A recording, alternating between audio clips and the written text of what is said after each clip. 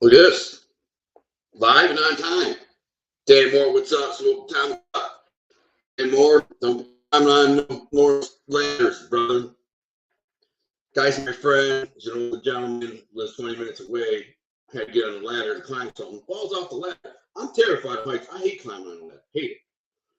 In fact, that's the reason why I didn't put my new dish on the roof because the ladder I have is not good enough to get up there. And last time I had to get up there, I borrowed Dan's ladder, the one he just fell off. So I kind of chastised the older gentleman. He's in his 60s and said, "What the F are you thinking, bro?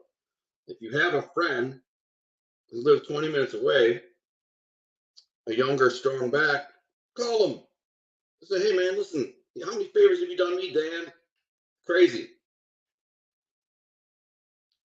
That's us. Well, that's it. Well, I got cool ass now. You have to get this mic. Oh, dude. To me, I don't got my headphones on. Is that better? Let me. Sorry, guys. I'm so shocked that I'm actually on time for once that I forgot to put the headphones on. So, and let me know if I'm doing better now. Hey, like the mount, Gunner. Hey, thank you, Lexi. Certified hustler. What's up, playa? Smoking Tommy, my man. What's up?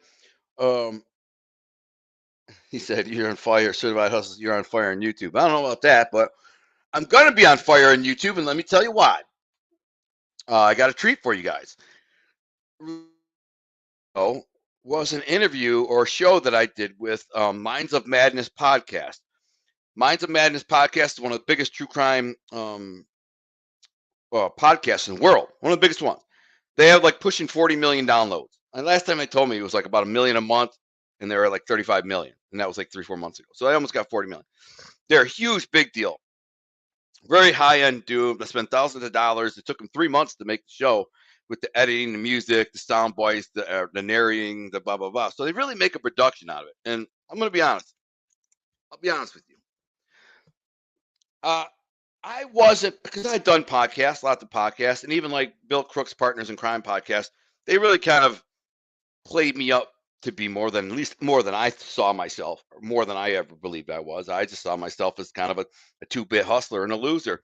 I happened to be connected to the mob a little bit, through family, born into that, was around it all my life, but never saw myself as any serious mafia player or anything. But and then they did this show because I listened to it last night. It's really good, and it's really made me and my wife cry because they dramatized my story to the point that where it made me step back, look at my story, and go, "Holy shit, man!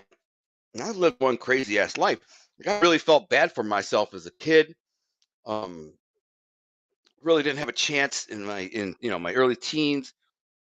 Kind of got sucked into that world in my late teens, early 20s. It was a battle with just constant battle with drugs, crime, bad guys.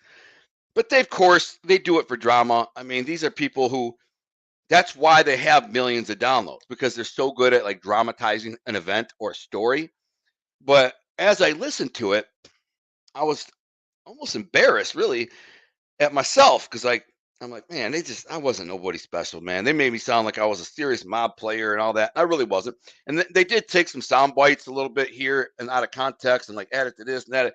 And it really kind of made me bigger than I was. But it'll make for great entertainment. It's an amazing story.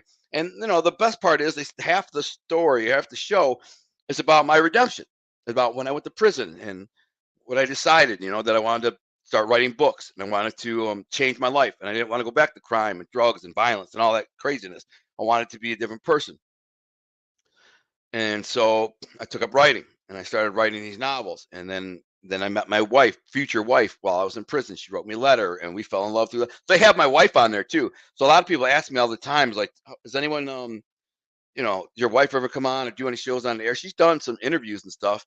And there's a sizzle reel that I haven't published yet that Louis Lombardi's, who was an actor on The Sopranos, he played the FBI agent who flipped Big Pussy. He's a friend of mine.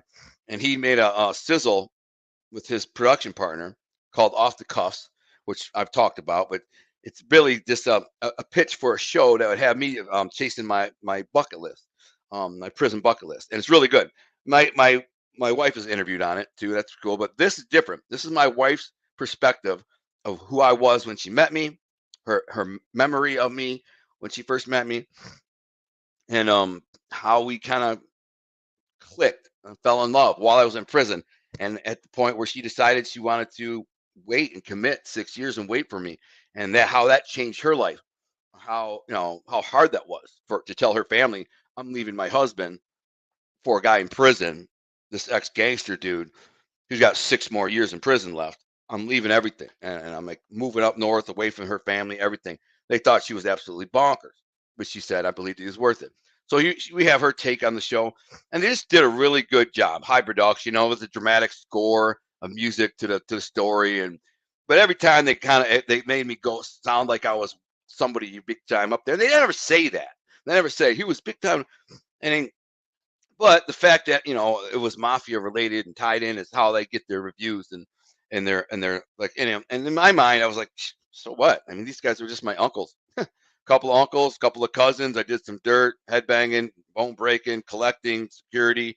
This That was my life. It was everyday typical stuff. It wasn't anything to make a freaking $30,000 podcast about.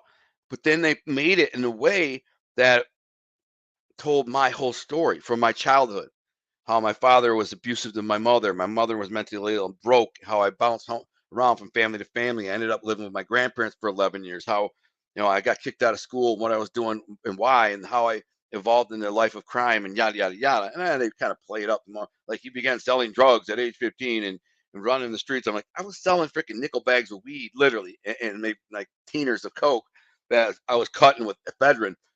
But but they said he was drug dealing and hit the streets hard. I'm like, not really, man. Wasn't hitting the streets too hard. But anyways, you guys should check it out. It's called Partners in Crime Podcast. If you Google it, Partners in Crime Podcast, one of the biggest in the world. Like I said, like 40 million subscribers. Super cool. It's a husband and wife. The wife works in television. The husband. I'm not sure my nose is. Excuse me. I'm sorry. Minds of Madness. What did I say? Partners with my wife. Correct me. Sorry, Bill. Minds of Madness is the name of the podcast. They're a big deal. I mean, for me, in fact, this will be the most probably watched show or interview that I've ever done. I've been on Fox Nation. I wasn't directly interviewed. I was interviewed by Fox Sean regarding Jimmy Hoffa. I've been on Vlad. I've done Fox Local News, World's Most Amazing People with um, Casey Armstrong, and other shows and podcasts, stuff like that. But this is definitely could change things for real because they did such a good job with it and such a high production value and really dramatized it to the point that it makes me sound like I was like my life sounds crazy. They do this production and it makes my life sound like, dude, this needs to be a movie, like this needs at least a Lifetime movie or like a freaking Sopranos type television show or something. And again, they just took my life, which I kind of considered not that remarkable, and like I won't say they aggrandize it because frankly, everything in it is truth. So, and that's why I don't feel that bad. I was kind of embarrassed. It made me like sound like I building myself up to be more than I was. But on the other hand, everything in it is factual and true. So it is what it is, and people can take it how they want. I did have them bleep out some names. I talked to them this morning. Stupidly, when I was telling them my story, I just assumed that when I said some names, that they just wouldn't use them. You know what I'm saying? Just assume anyway. Well, he used them, and he let me hear it last night. And I'm like, oh, jeez. I said the name of my cousin, my mother's first cousin, which is my second cousin. Um, he's,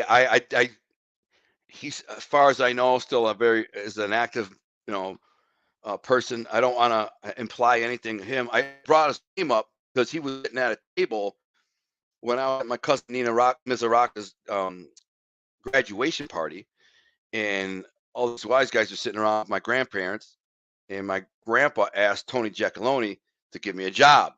And I said, this guy, my cousin Tony was there, and this guy was there, and that guy, and mentioned the names.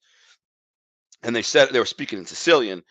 And then my grandma said, no, I don't want him getting in trouble. And I'm like, Joe, what the hell is this? But I really didn't want a job because had a job bouncing. I just got out of jail. I've been out of jail for like 3 weeks.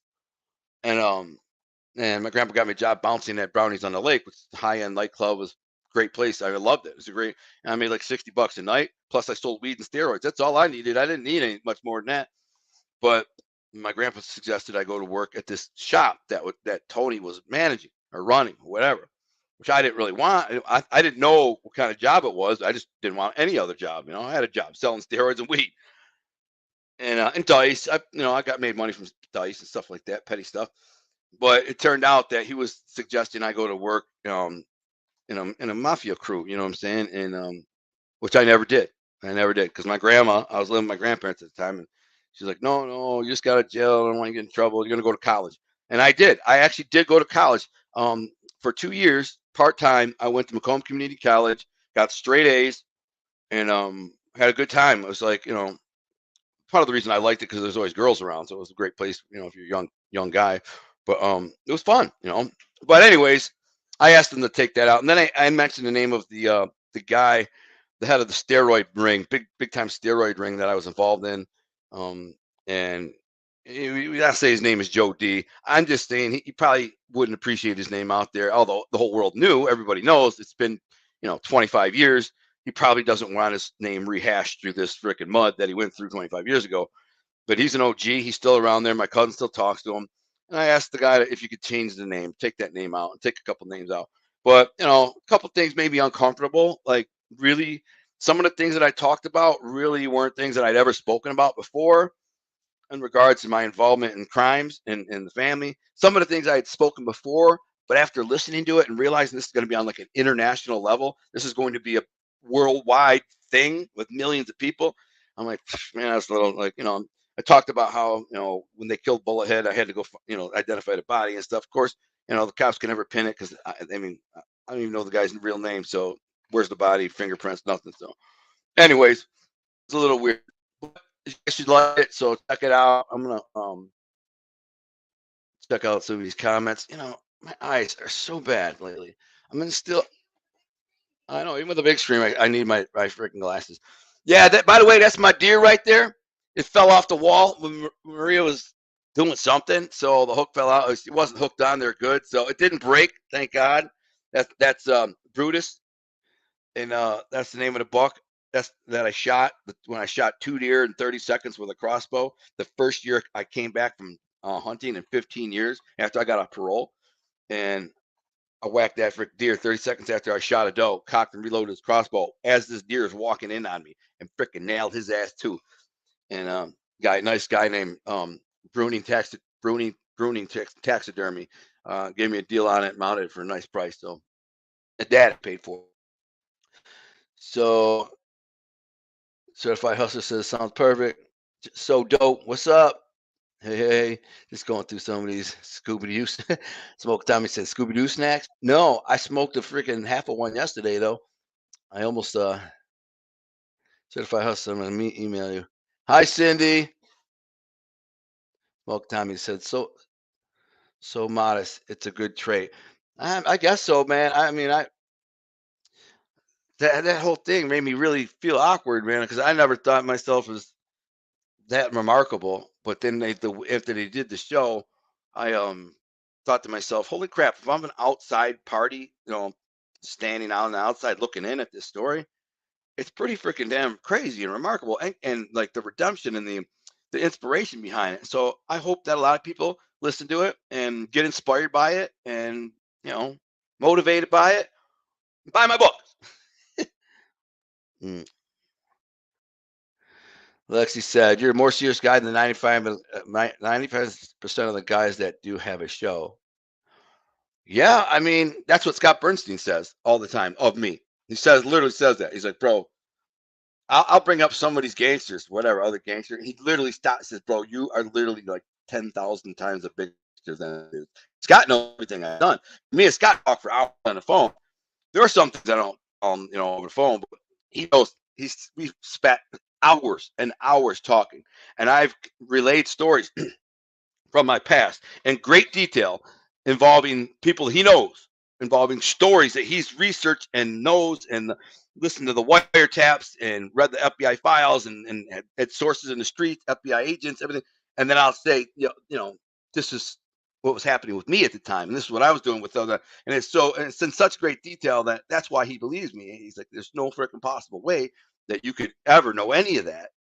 And he knows I also don't read books. He's like, he knows I know you don't read books about my books or nothing. There's no, and the only but my book that you can get some information from is Motor City Mafia, his book.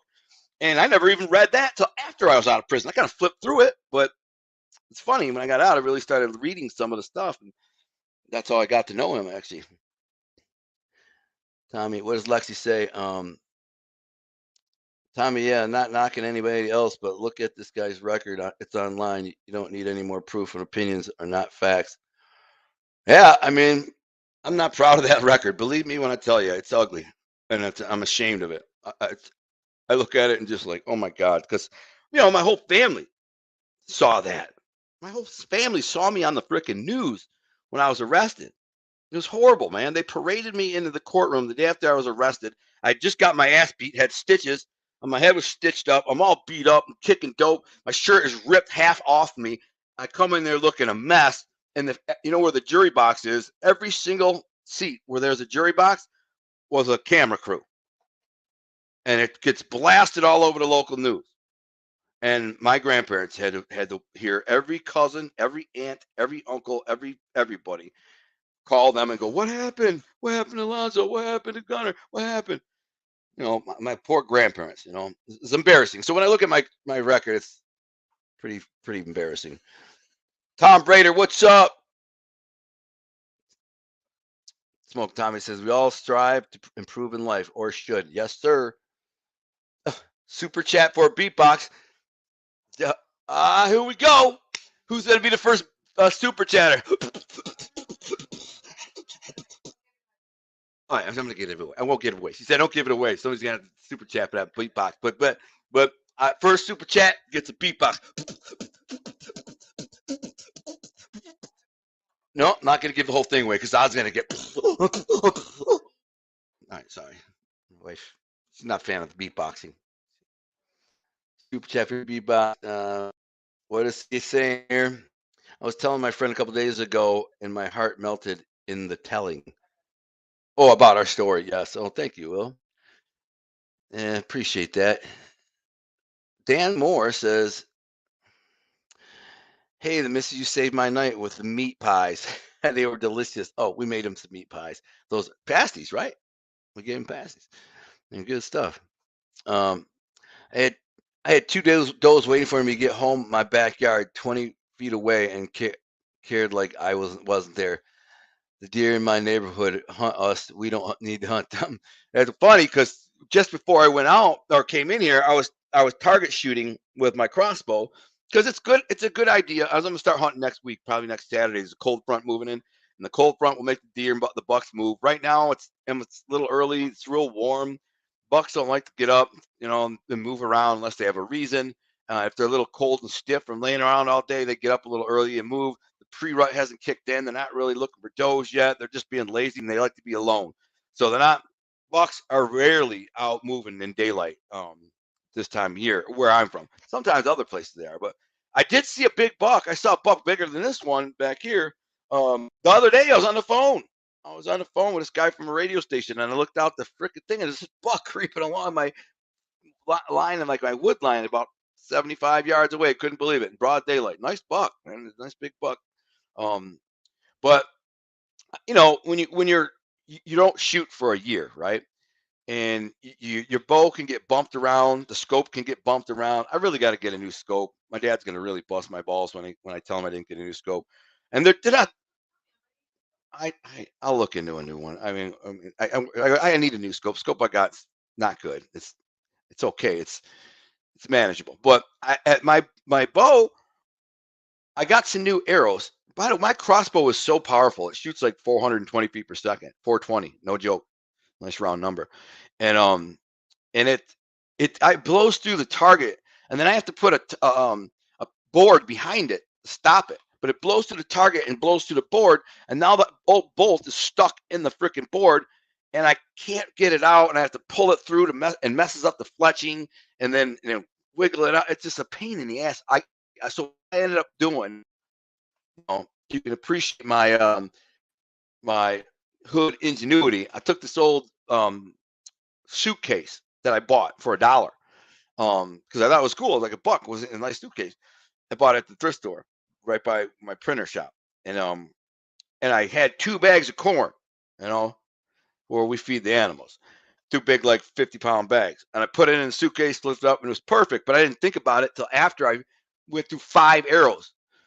Two arrows broke. One hit the fletching of another one. That's how accurate this bow is, by the way. Fired one shot, the second shot hit the first arrow and ripped the fletching off.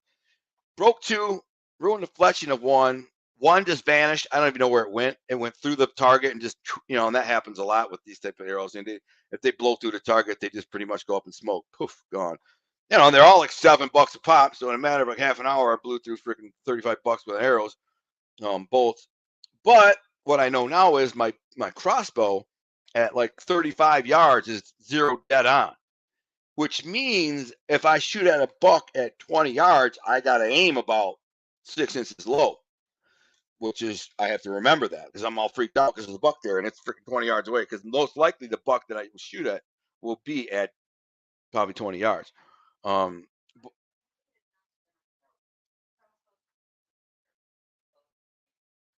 Oh, here, I got to. This guy is such a ball busting punk. First of all, John Doe, how many deer have you shot in your life? How many deer have you shot in the last couple of years? Whatever. Let me tell you something. I shot 2 deer with the crossbow. Then I shot a deer with my bow. I like the crossbow because I'm a humane sportsman. You know why? I got a bad eye. So one of my eyes is bad.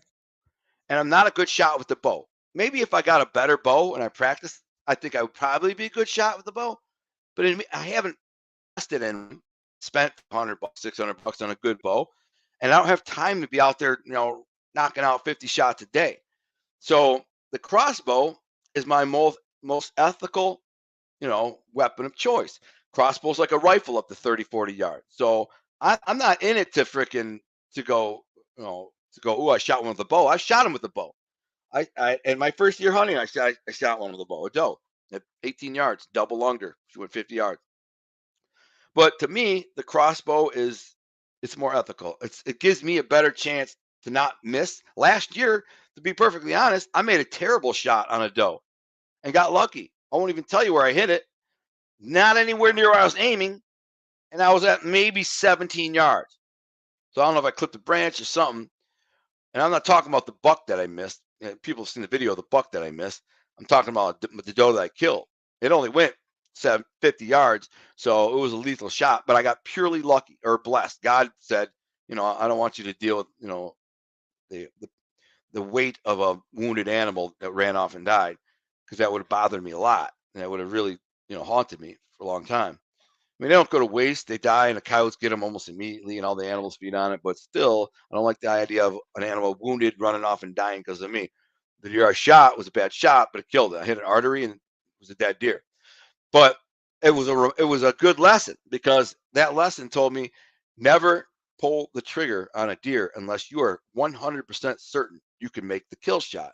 Now, with my crossbow up to 35 yards, if I take a deep breath and relax, I can be like 95% certain. You never know, anything can happen. But 95 with a compound bow, if I'm shooting at 25 yards, I'm like 70% sure. You know what I mean? I don't like the odds. I just don't like the. So, Dino Lombardo, thank you, brother. He just hit me up with a super chat via PayPal. So I guess I got a beatbox, huh?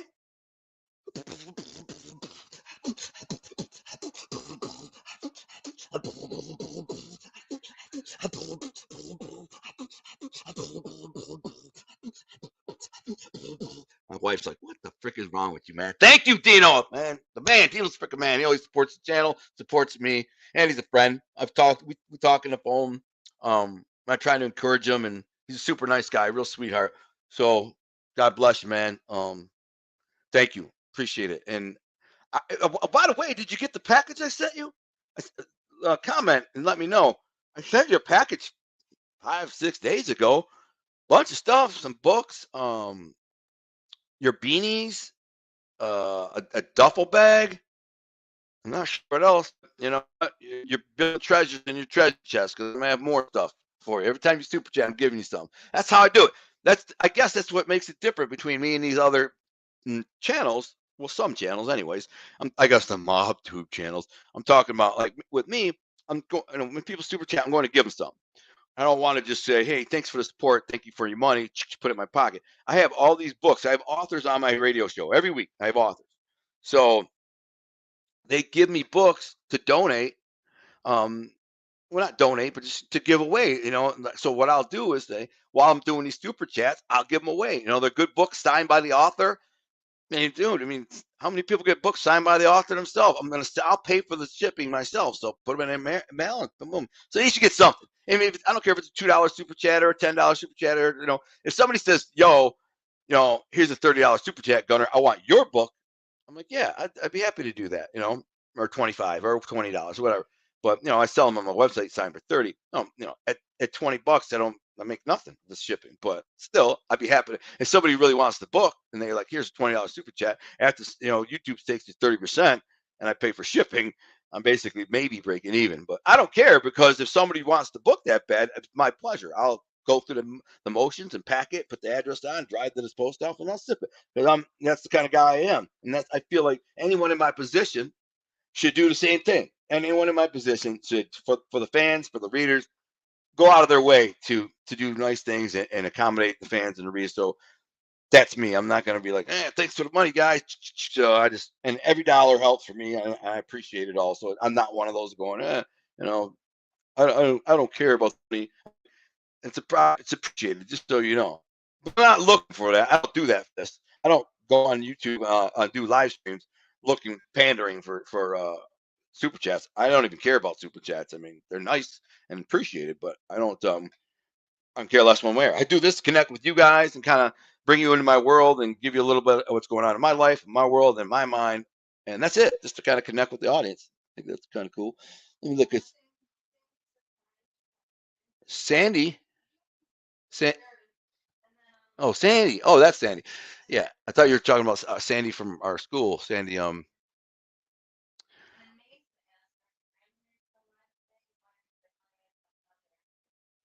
gonna get to that in a second. Let me see. Let me get down to these. Um, by the way, Sandy, what's up, girl? Hey, check it out. I've been using them oils every night. You can ask my wife. I had a really bad couple of headache days, real bad, like the worst I've had in years. Not sure why. It's kind of weird. Came on for a couple of days, and I just used the oils and had my wife give me a head massage, and they help. So when I start to have a bad headache, I put them on, and boom, they help before I go to bed. Um, Jason said, "Are your grandparents still alive today?" Because I imagine they're proud of you.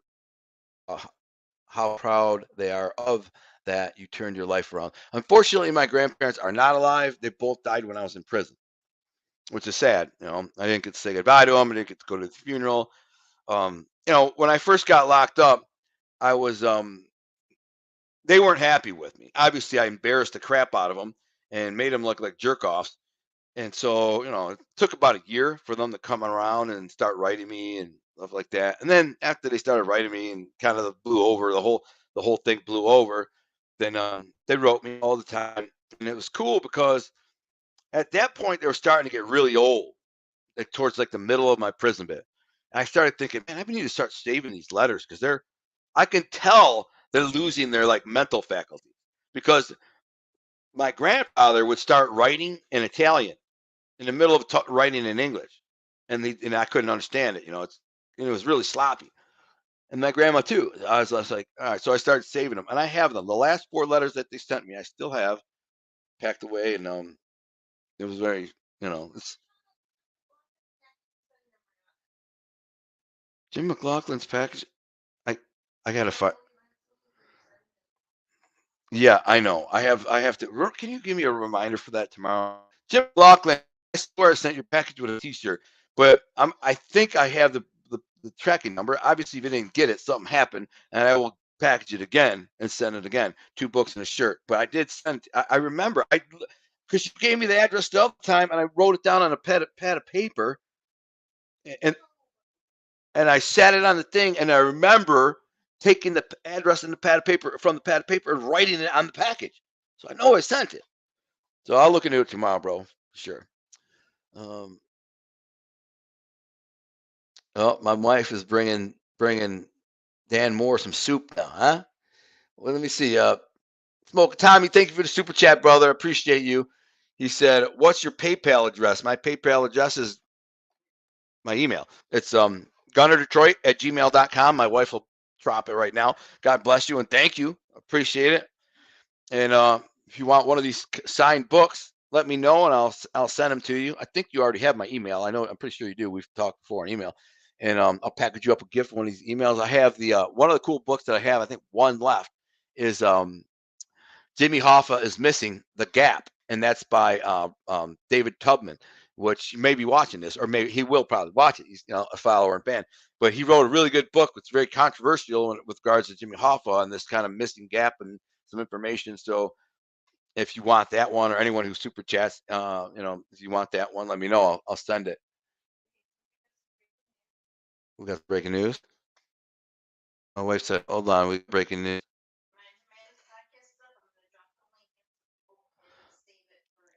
Okay, so my wife just said the Minds of Madness podcast just dropped, and she's gonna drop the link here. So she says, save the link for after, and you go check it out. It's really dope. It's an incredible job. I mean, it had me and my wife here like teared up crying.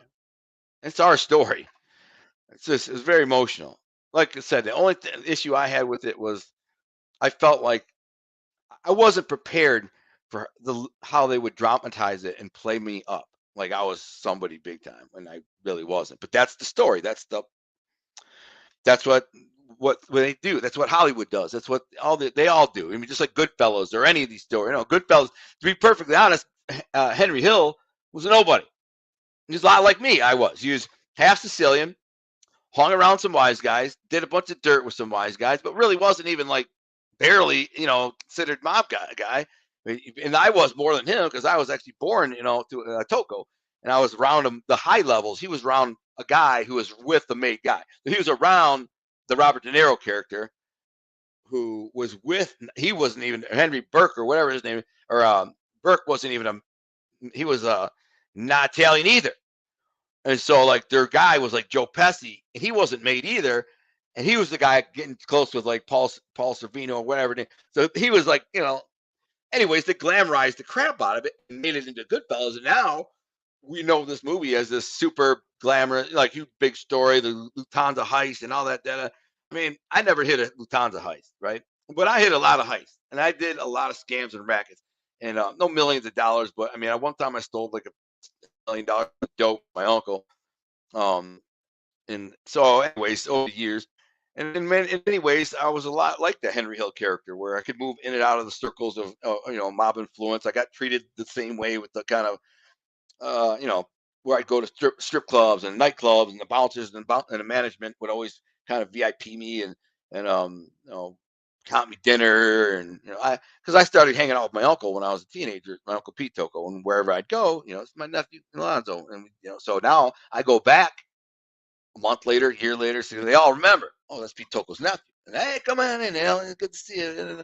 And so, yes, I had that, but I never looked at myself as anybody remarkable with regards to organized crime or in the family or anything. It was just blood family to me. I didn't. Anyway, they do a good job. They really just amazing production. So check it out.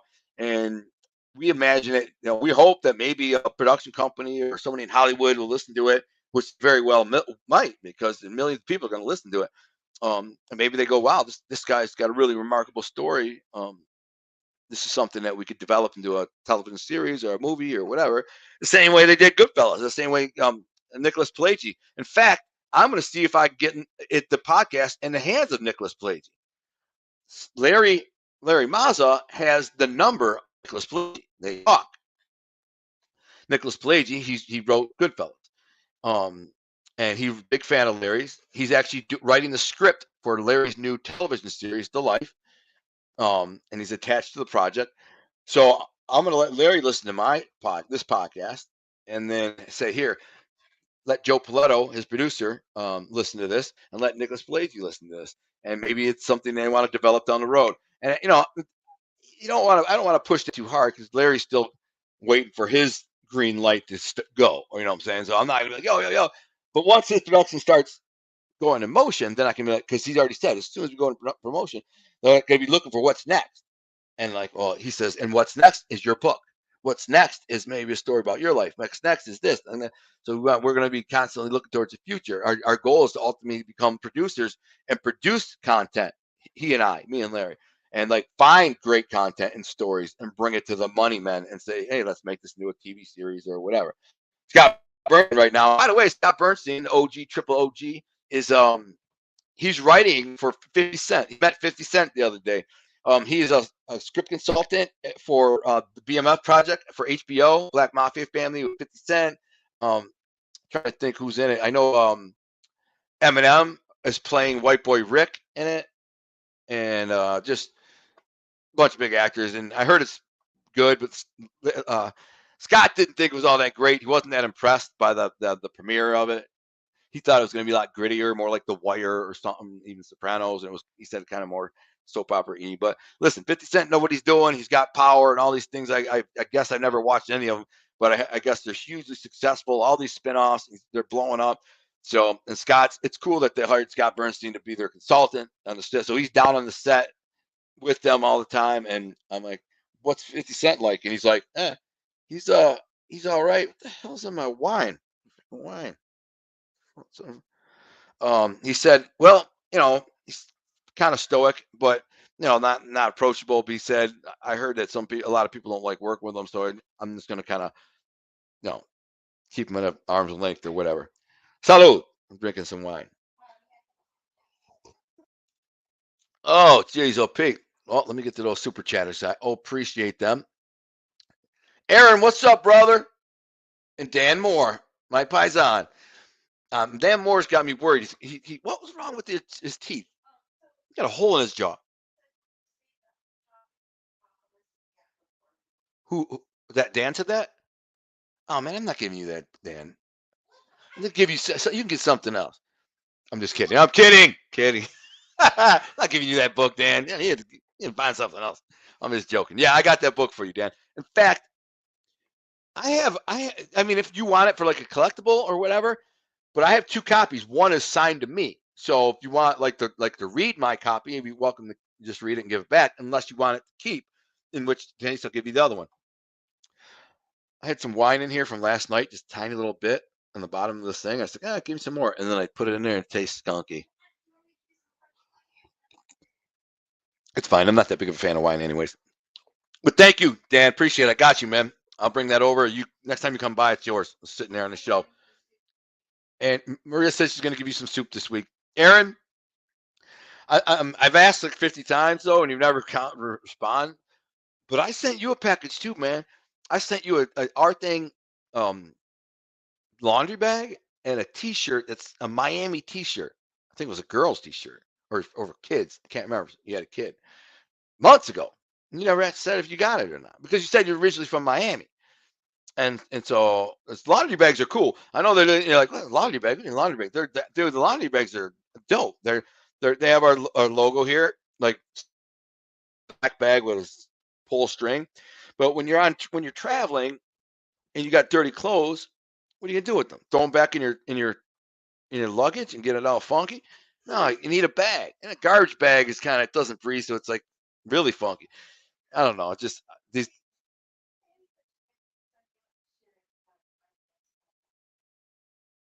Thanks, Andy. Maria, you're going to be sending out the Man Madness podcast for that. So thank you. What did I miss? Straight chilling about the Henry Hill character. I'm going to go back and find it now. Jim McLaughlin, I'm not forgotten you. John Doe says I need to grow my beard out. I can't. It itches too much. Huh? Who doesn't trust Larry? He doesn't trust Larry? Why don't you trust Larry? You can trust Larry. Trust me. That dude's a trustworthy dude. I assure you. Um,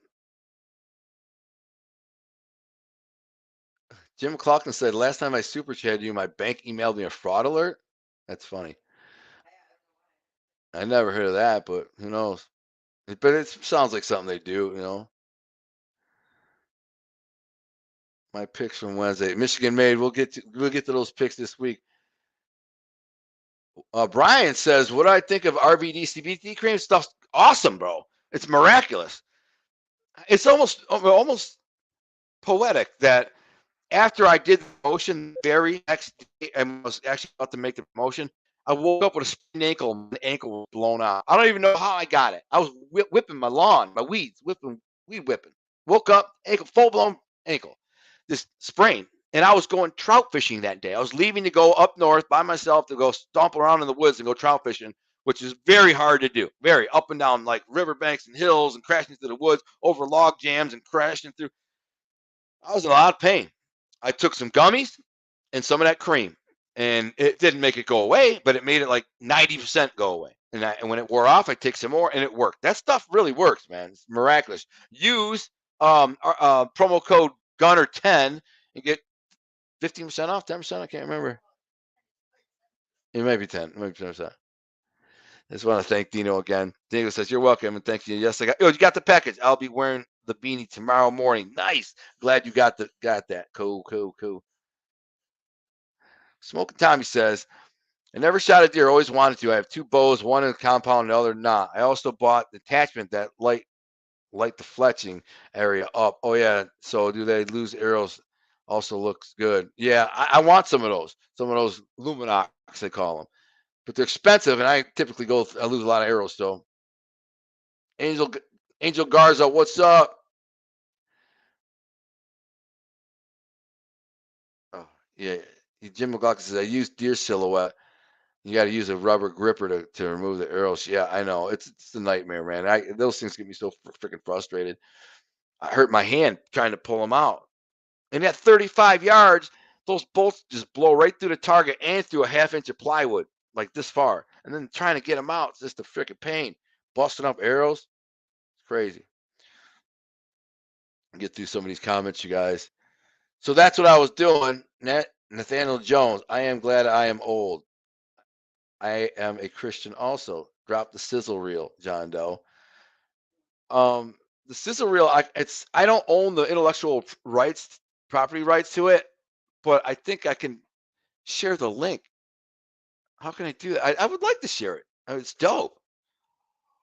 Mm. But the producer owns the YouTube page that it's on, but it's not private. So I can only if I like share it with somebody privately, if I give them the link. Oh, he cared.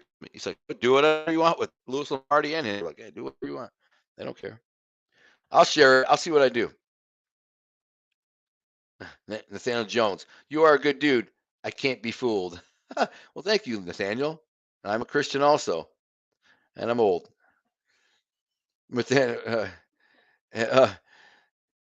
Jim McLaughlin says Henry Hill was a train wreck till his final days. Yeah, he was a drug addict. Henry Hill was a total junkie. I read his kid's book. Somebody had the book in prison. They're like, "Yo, this is Henry Hill kid's book," and I read it, and they just like, "My dad is a scumbag. He always was. He's a horrible, horrible person." I'm like, "Yeah, at least I wasn't that bad." What did Cindy say in here? She says, "I watched you and Bill the other night when you talked about having money versus fulfilled. The picture you painted is the first 12 minutes had me in awe. You are a talented and amazing writer." Thank you, Cindy. I was talking about that. Who would you rather be? A billionaire with everything, all this money, but somebody who's miserable and has to drink themselves to sleep and can't find happiness in sex, money, drugs, none of it? Or would you rather be this, Joe Schmo janitor who makes 35 grand a year and lives in a trailer park, but he loves his wife to death, loves his life, and food is awesome to him because he's hungry. So when he goes home, it doesn't matter what it is, it tastes awesome to him. Billionaires like, nothing makes me, I don't like anything. So I would rather be the guy making 35 grand a year, would average everything in life and happy than a guy who's billionaire's got everything. What I was, all I was saying. The trailer recap of the show was well done. I straight chilling. I didn't see what you said about Henry Hill. What did you say? If you're still here, please repeat it and I'll get to it. Dan Moore, you didn't have to do that. Oh, yeah. John Doe says Mafia Prince movie. That might happen. They've been working on it for a while. I don't know. I mean, it would make a great movie, but someday I believe it'll happen. Scott Bernstein is plugged in far enough to the that world that his day is coming. His day is coming. Right now, he's got some other projects in front of that. But if somebody came said, "Listen, we want to make a movie out of it," of course you'd be like, "Hell yeah!" But right now, Scott has got something big cooking. Big, I mean big. It'll be the biggest thing. This whole mob tube crap that's going on now with the little freaking squeakers ain't nothing. Bernstein's about to freaking open the floodgates. I'm very grateful that I'll be involved on some level. I'm not sure how well, but it's gonna have one of the biggest names in that particular genre in the world, and it's going to be hosted by all kinds of big former mafia actors. One real mobster, very famous, and it should be really cool. And like Scott is the brainchild. It's the brainchild of Scott. He's got backing, so it should be cool. I'm excited for him, and that's my boy.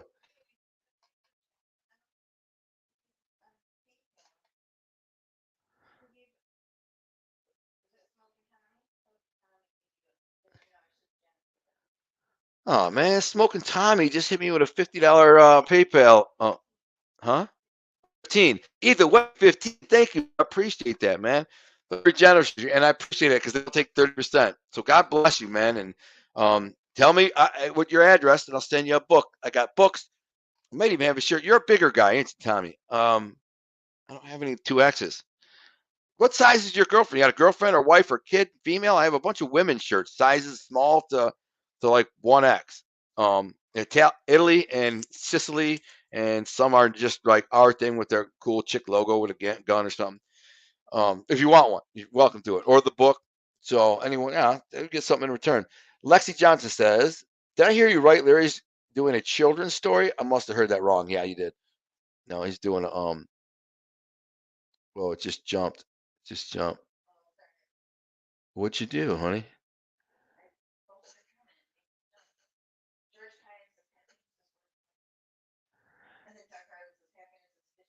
Uh, I'm gonna get to that. Happiness is fishing. Doug, is that Doug Hartford said that? Uh, Hartland, yeah, sorry. Doug Hart, happiness is fishing. That's the guy who came fishing with me up here. Fishing. Oh, Doug, I had a hell of a day yesterday, man. Wish you were there. You remember in the spot when we were way back in the very back, like way back there as part of the river when we were like 2 miles back there, right? About where we turned around. Like where I hooked that one last fish I had on for like a couple of minutes and he got off. In that stretch of river back there yesterday, I must have saw like 20 nice fresh fish, like staging. They weren't on beds. The beds are farther up, but not much farther though. The beds aren't much farther. In the next half a mile to the next mile and a half, all beds. But they were in there, big ones too, big freshies. I hooked a couple. I lost one and one broke my line. I posted a video, the one that broke my line. He just wrapped around. And that thing was going crazy, man. Just wrapped around a log, snap, 40-pound spider like that. But yeah, so they're still in there. Few fish. So let me know when you're ready. All right. Let's finish my yes. Penna alla vodka. Sat back and listened for it. What is it? Just finished my Anarcexius and Penne alla vodka. I don't know what that is, but it's a drink, I'm assuming. Lexi, his name is Frank Nitty Usher, Tony Jack's guy. Who's Lexi Johnson says, who was Tony Jack's black protege? That Frank Nitty Usher, yeah. But he had another one too. He had a couple of them. There was another dude. Me and Scott talk. So if you go to the episode where we talk about the Ritz Carlton hit, there's a I can't the black was another black dude who was kind of coming up in Tony Jack's crew under this Jewish dude who's one of Tony Jack's guys. He got busted. Actually, they didn't bust him yet, but they said we're going to bust you, so it's coming. But if you want to flip now, we can save you. Going to witness protection, we'll save you. He agreed to flip. He said, I need a few days to get my things in order. And they said, okay. They had an FBI get a team to protect them. And then they put him in a hotel. And then the two guys protect him said, all right, well, listen, the other guys will be here in like 10 minutes. So it should be good. You and your girl and your kid. Yeah, we're good. During that 10-minute window, assassins come in there, slit his throat, killed him, and left. Meanwhile, the entire Detroit Mafia was downstairs in a ballroom celebrating Tony Giacaloni's 40th anniversary. Can't make this up. Can't make it up. True story. and they just, I mean, to be the FBI in that case, he's a guy that's under your protection and under FBI personal protection because he's an informant going to testify against the mob. They killed him while the entire mob was downstairs celebrating the 40th anniversary party of the very guy that dude was going to testify against. Tell me that wasn't like the stroke of master luck ever. Kenneth Lepper, you need prayers, man. What's up? I'm praying, dude. Thank you for the super chat, brother, man. Yeah, I definitely pray. I just pray for somebody. I pray for friend Steve. Mess. He's a freaking mess. And I remembered something and I prayed for him. If I pray and I believe, those prayers will be answered. So I'm going to pray for you, man, for your back and some other health issues. Got to believe in the prayers with me, man. Believe in the prayers. You will be better. You are better. Now you are better. You will be feeling better. Tomorrow you'll wake up and feel better. I'm not going to hit you with this like a hands-on thing, but I believe in my prayers. And whenever I do, they get answered. So you'll be feeling better. Expect that. Ask my dear Brutus. Huh? He ain't feeling so good right now.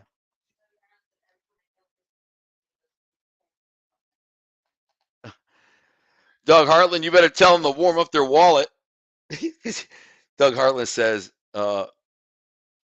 he says, everyone that I know that's seen those videos are making plans to come up.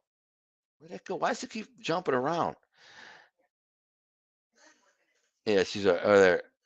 Make it come up next year. Well, I won't just take anybody. Let me make that perfectly clear. I will guide on the river. I'll guide, but it'll be $750 for a day, or two people will be $500 each. So it'll be $1,000 to guide two people on the river a day. I can pretty much guarantee you're going to catch fish. I can guarantee you will catch fish, which most outfitters won't do. They're not going to guarantee, especially like a river run salmon. They know if you're fishing like the proper way, you'll not, they can't guarantee nothing. You'd be lucky to even have a fish on. Well, with me, I can guarantee you're going to hook fish and catch fish. Will they be fished legally? Meaning, will they be hooked in the mouth? Some, most not. But you will fish legally. The rig on your line will be legal. And if you accidentally foul hook fish, you just let them go like we did. No big deal. If you hook one in the mouth, you keep them. Oh, man, I caught some beautiful fish this year. I mean, I caught some beauties this year. Just silver beauties, man. And I caught some really nice fish. And I caught a couple in the mouth. I caught 3 fish that bit, which is pretty impressive. That actually bit, not like long line and hooked them in the mouth by throwing it out there and lining them in the mouth, boom, but actually bit. The hooks were in its mouth. I got them. There's 3 fish. I got it all on video too. What's that, honey? Comment? Question.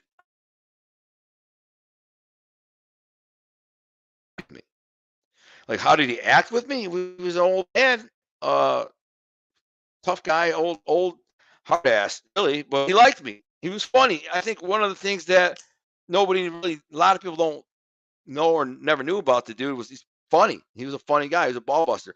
He was always busting my balls and making fun of me working out. Said that was for pussies, and you know what I mean. Real tough guys do this and do that, and but he was real serious. He was a serious guy, and that's how it was with me.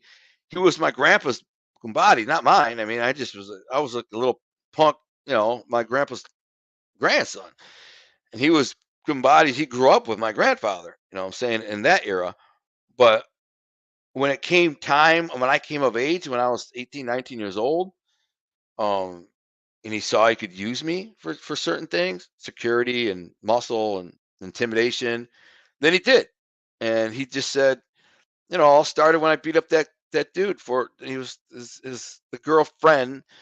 I don't like to call her the girlfriend because he's got, kids and grandkids, and I don't say he was cheating on her grandmother or whatever, but it was a girl. She was a friend. He asked me to freaking hurt. They didn't say hurt. You just handle this. The guy beat up the girl. I said, will you do this? Maybe it wasn't even his girlfriend. Maybe it was just some girl, a friend of the family, cousin, nephew, niece or something. I don't know.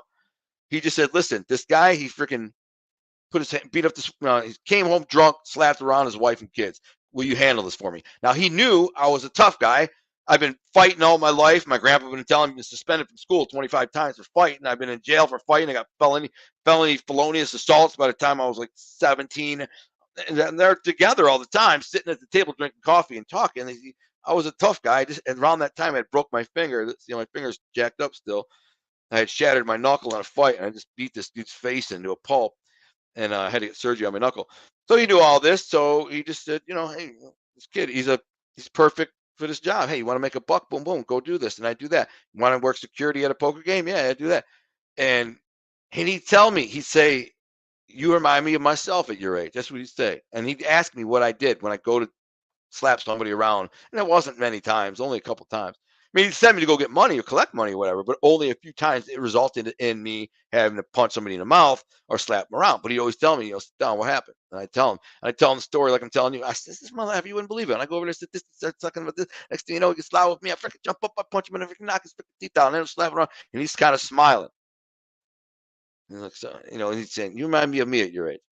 That's about it. Kind of reticent dude, very, very serious. Most of the time when I saw him was either at my grandparents' house in the market or a few, handful of half dozen time we're at the athletic club where his headquarters was.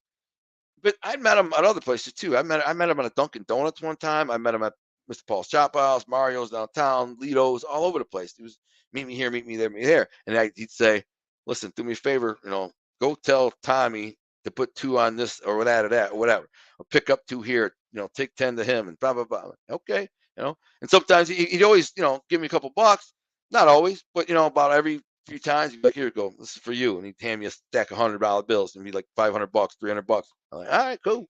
And then when I worked security at the poker games, I get a couple $100. And anyways, he was a cold-blooded dude, man. You could see it in his eyes. He wasn't playing for no games. Only mob dude ever that I'm scared of. The only one out of all the mob dudes, and everyone from my Uncle Tony to my Uncle Joe, all these guys, he was the only one that kind of made me like, and I guess Jack Tocco too, because once I found out he was the boss, I started kind of watching him. I started paying more attention to him when he was around, which was pretty frequently. He'd come over our house, and my grandpa is with him, and I was like, I could just see like he had a very serious demeanor, and you could just look in his eyes, and he'd look at me like I was freaking just the biggest punk ass kid, and then it was I was, and he'd just give me a look like this freaking punk ass freaking Gunner is a freaking loudmouth idiot, which I was. But you could just see he was a bad mofo too. But Tony was a guy that my uncle Pete Tocco had told me stories about. All these stories about guys that he had hurt, guys that he had killed, guys he was trying to kill. Reason why. So I heard all these stories. So now when I see him, I'm like, this guy ain't no joke. There's the link to buy.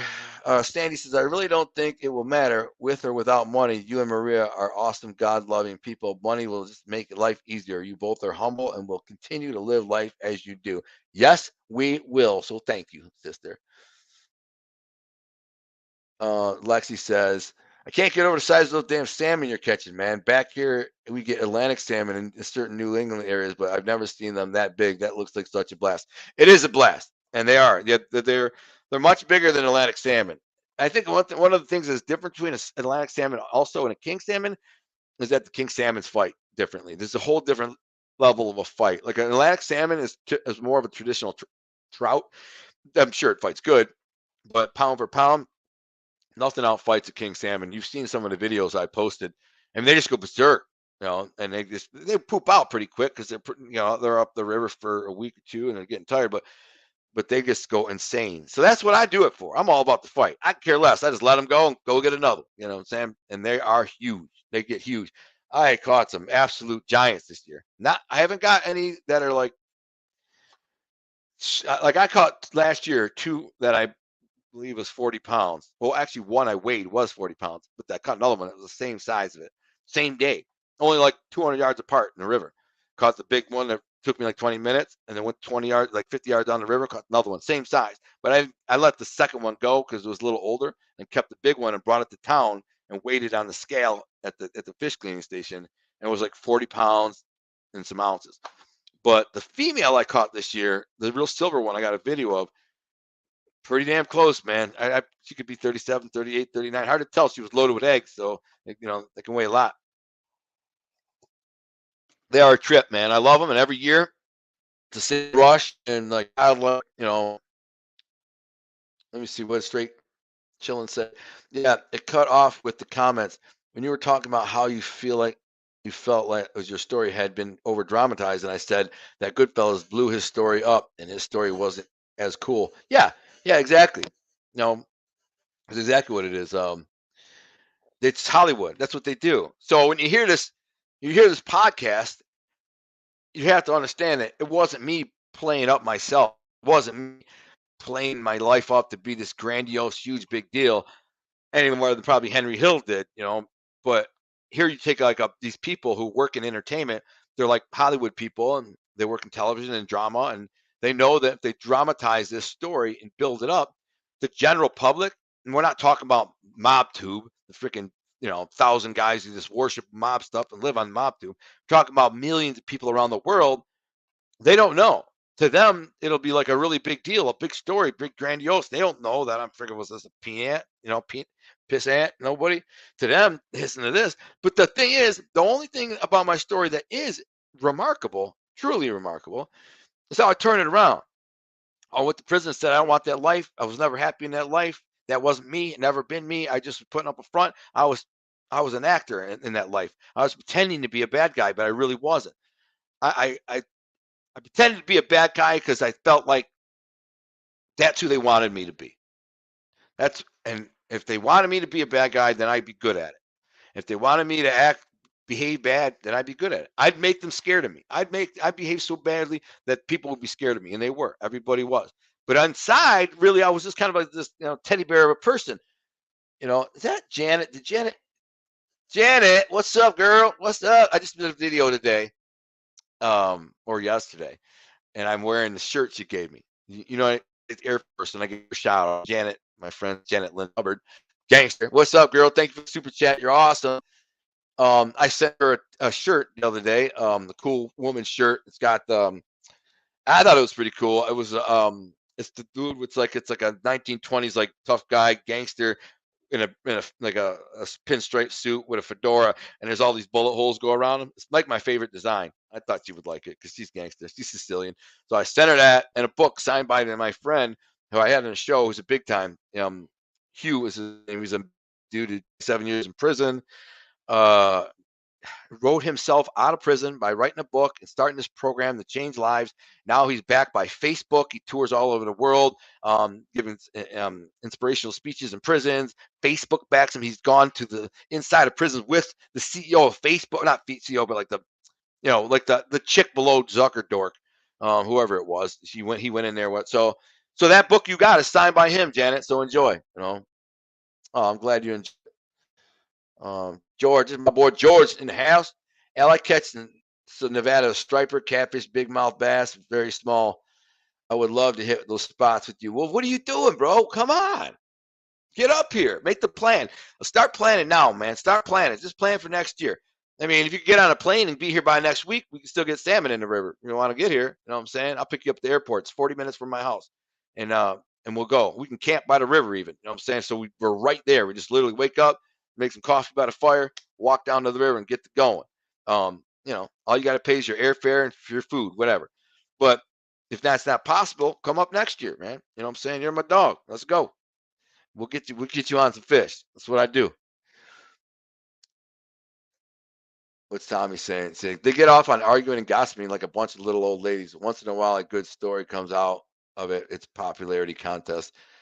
Yeah, man. I can't get into it. I have no desire whatsoever about the drama, the popularity contest, the he said, she said, he's a bigger gangster. No, he's a bigger gangster. He said this, but you're not that. I don't believe he's this and that. He says, I don't believe Gunner's role in the family was anything significant. I'm like, well, yeah, I never said that I was. So I don't believe FBS has literally watched a single one of my shows, read about me, done nothing. And I think in his mind, he thinks that I project myself as like some big shot in the family because I was family, like blood family. So I'm running around telling the world that was a big shot, like made guy or right there. He don't know. He doesn't even know. He's never taken the time to watch. He's too busy yelling about A-Light and and whoever, and to even bother reading about little old me. I'm just Detroit. You don't want to know about Detroit. I'm nobody. I care less one way or another, man. That ain't my life. That ain't my world. I don't care. So it's just next year for sure, George. All right, man. For Fnoid. Fnoid. Fnoid. Noid. I got some beatboxing to do, man. People have been super chatting, and I haven't been beatboxing.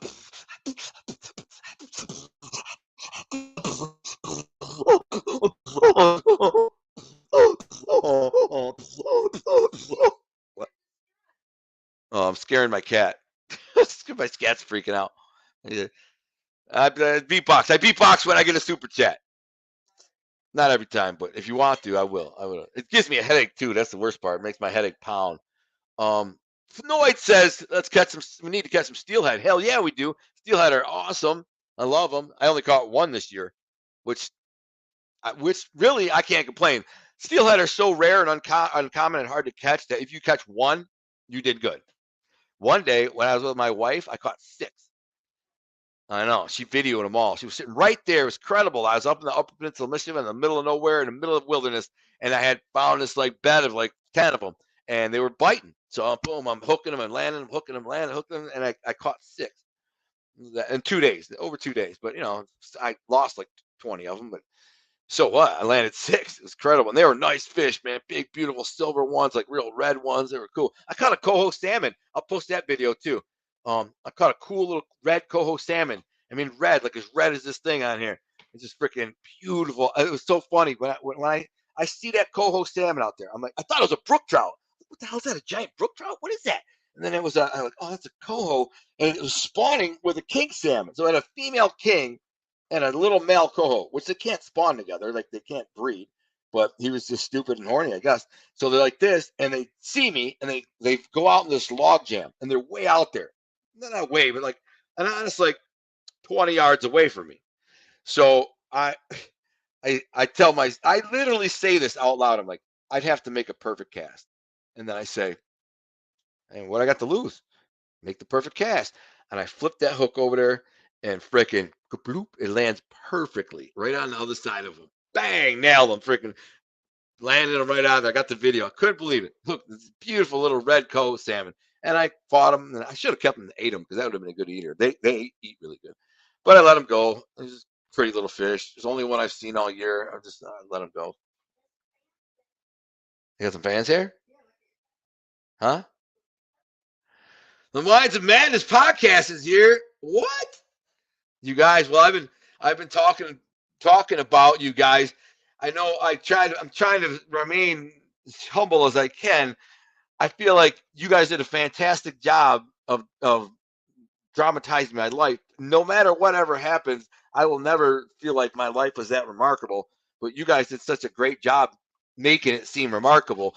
And who knows, like we were just talking about here a minute ago, Goodfellas, the movie Goodfellas, Henry Hill, not that remarkable of a character, and the story itself is not that remarkable. But because the director and the writing and the production, they turned it into a classic, and it's gone down in history as one of the greatest, mafia stories in history. But in the grand scheme of things, Henry Hill was like me. He was like a half breed who worked for another guy who was like a nobody, really, Burke, who was not even Italian. He was somebody. He was an associate for somebody. But then they were trying to get with a guy who wasn't made, which is Joe Pesci, who was trying to get with the made guy. And they were all like way down the bottom of the food chain, where I kind of was born higher up the food chain, I guess. But you guys did a great job on. Yes, well, my wife said, "Well, we have a miracle, and you guys did such a good job of translating our miracle," and it's true. And that miracle is the miracle of salvation, the miracle of how her and I found each other. And so I'm very glad and very pleased that you took half the show essentially, and you did it awesome. I have to give you credit for that. Like when I was listening to this show, I was like, "Holy crap, man! I feel bad for myself." When I was a kid, I felt sad for my childhood. Had such a bad childhood. My mom, my dad is alcoholic, and he's growing up in that family, and then it got worse, and then it got to high school, and and then in middle school, and I got expelled from 8th grade. I failed 8th grade. I had a horrible childhood. And I'm like, geez, man, that was it's sad. And then it got worse, and then of course it got, ended up, involved in the crime and the family and the mafia and all that. And then boom, I'm in prison, drugs, all that, and I go to prison for 13. It's like basically you conveyed this picture, which I was a speeding train heading for this horrible train wreck, and I did. But something miraculous happened because of it, and we know what that is. And you did a great job conveying it. So thank you, you guys. Awesome job. So you guys, everybody who's listening or watching Minds of Madness podcast are OG, triple OGs. These people are big timers. I'm very humbled that they would even use me as a subject for their show. I'm nobody, but they made me feel like and sound like I really was or am somebody. So thank you. And they're super humble, nice people too. They're from Canada and just really sweetheart, nice people. For people as successful as they are and good at what they do and talented as they are, you would expect them to not be so sweet and humble and nice. And they even donated $500 to me after the show. After I did their show, they're like, here's to support you and your wife for what you're doing. Bang, here's $500. I'm like, holy crap! Nobody's ever paid me to do an interview before. So that was pretty cool. Not that they paid me, but I'm gonna send them guys my books, signed books, so they can enjoy them and some hoodies. And then so cheers, Tyler and Beck. Tyler and Beck. That's his wife, Beck, which I'm sure is short for Rebecca, maybe. Beck. They got a great team though. They're awesome. Thank you. It was a lot of fun. He said it was a lot of fun working with you. Oh, I'm glad I made it fun. I appreciate that. I just did my best to be me. And I didn't like I said, was kind of listening to it last night. It was we and my wife were in tears through the whole thing. And I was like, it made me feel like so much of a bigger deal than I felt like I've ever been or ever was. And so I guess thank you for that. You made me feel like I was a big timer. I'm somebody worthy of a story like mine being told. So thank you. Appreciate that. Um, yes, and by the way, happy Thanksgiving to all my Canadians who are watching. It's today's Canada's Thanksgiving. Um, hope they didn't offend any Native American Indians. They were to my Canadian friends. He told me, what Tyler told me today. He says, I have this tradition on Thanksgiving is cooking a turkey and watching The Godfather. He says, and the irony is today I'm actually publishing a video or a show on a guy, whatever. Not The Godfather. He said, cheers, we're just in turkey coma after Thanksgiving. Yeah, I'm looking for our Thanksgiving's coming up, dude, in about 6 weeks. So trust me, I'll be there with you. I love turkey. We haven't had enough turkey this year, honey. I love turkey. We usually cook it every couple of months. Just do a turkey and I eat leftovers and soup and stuff like that. I love turkey, man. Turkey is the bomb diggity. What's John Doe talking about here? FBS is going to bring the old school gunner back. Oh, no, you ain't. Trust me. FBS ain't going to freaking bring no old nothing back because I'm not going back to prison. I'm not going to act like a jerk off. The FBS is a non-factor. He can enjoy his little life and his little show and his little knob to the sphere. What's Dan talking about? We'll need to make sure the link to that show is posted towards the end of this show.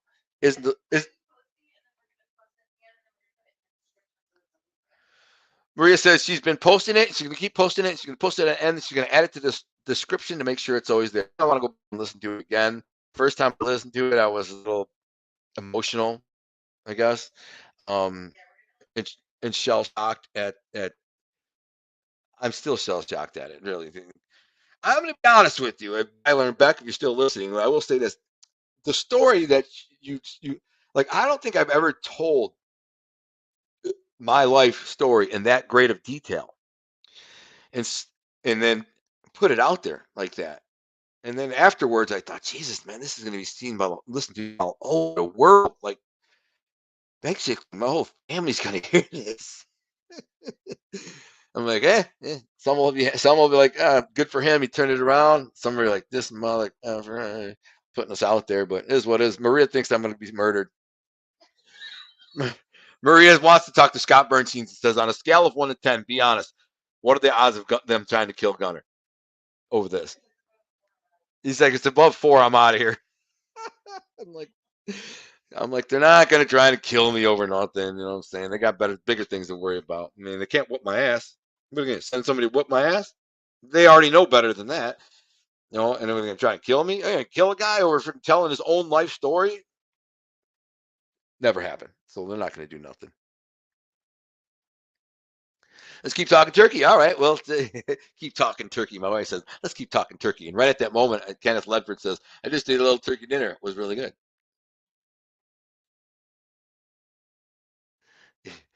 Knob tube. I guess I did. It's sport brand. The only thing FBS is bringing back is diabetes. That's what Felice. What's up, Leia? I know Felice's got my back.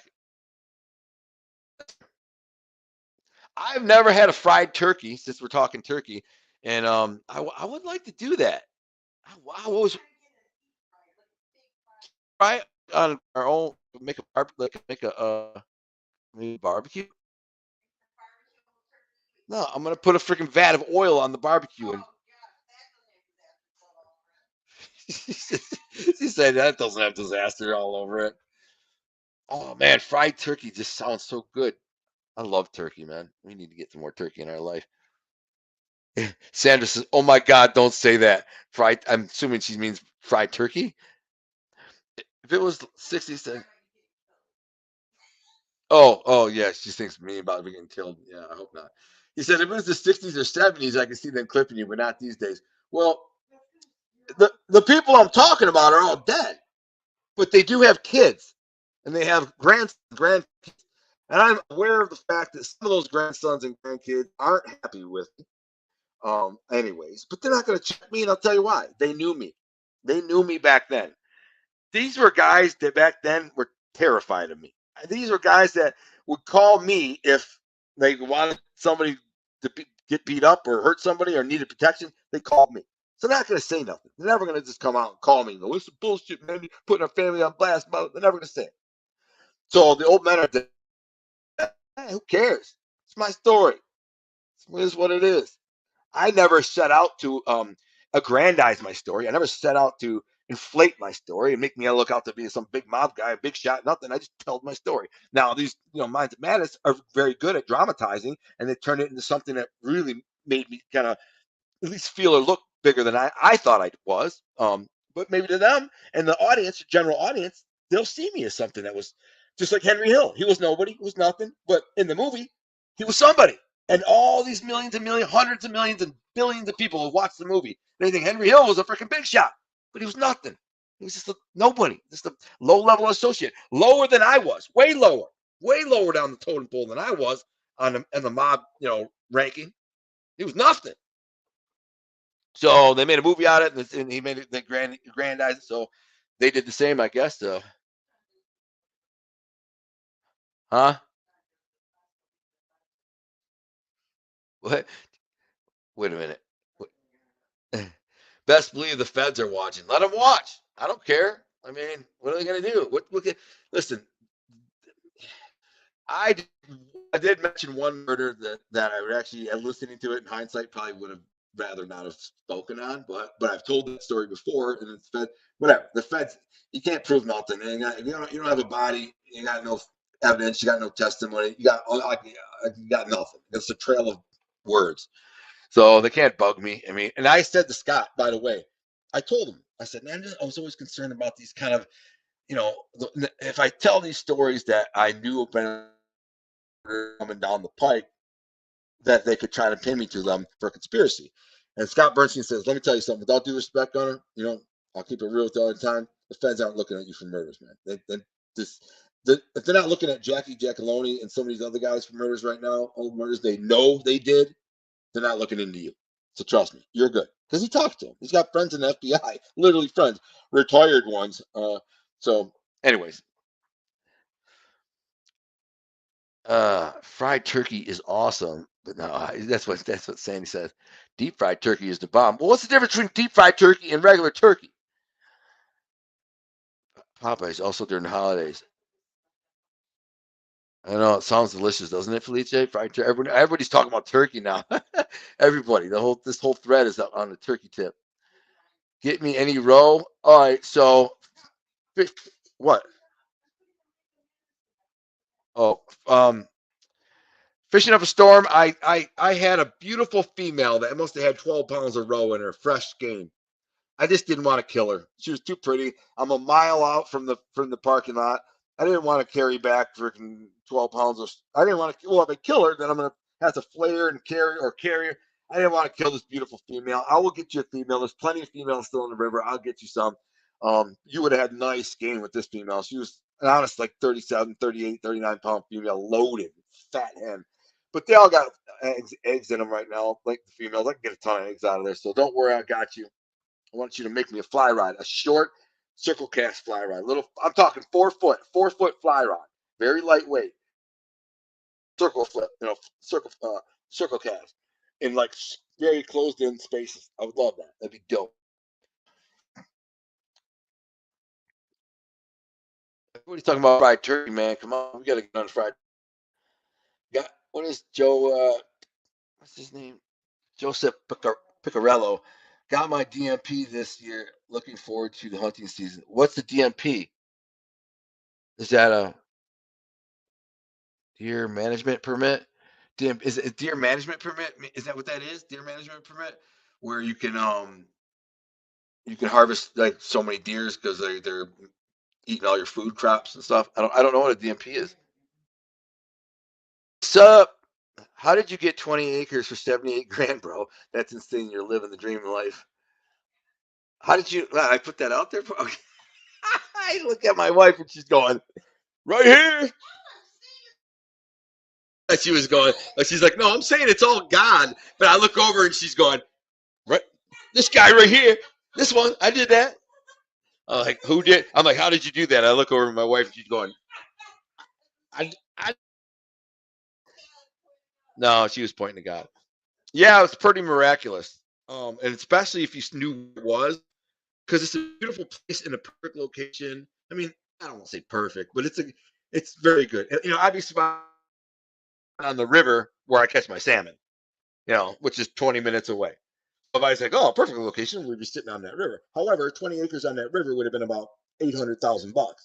So I didn't have $800,000 because anything's riverfront is going to be expensive. I don't know how much you think that would be. 20 acres on our.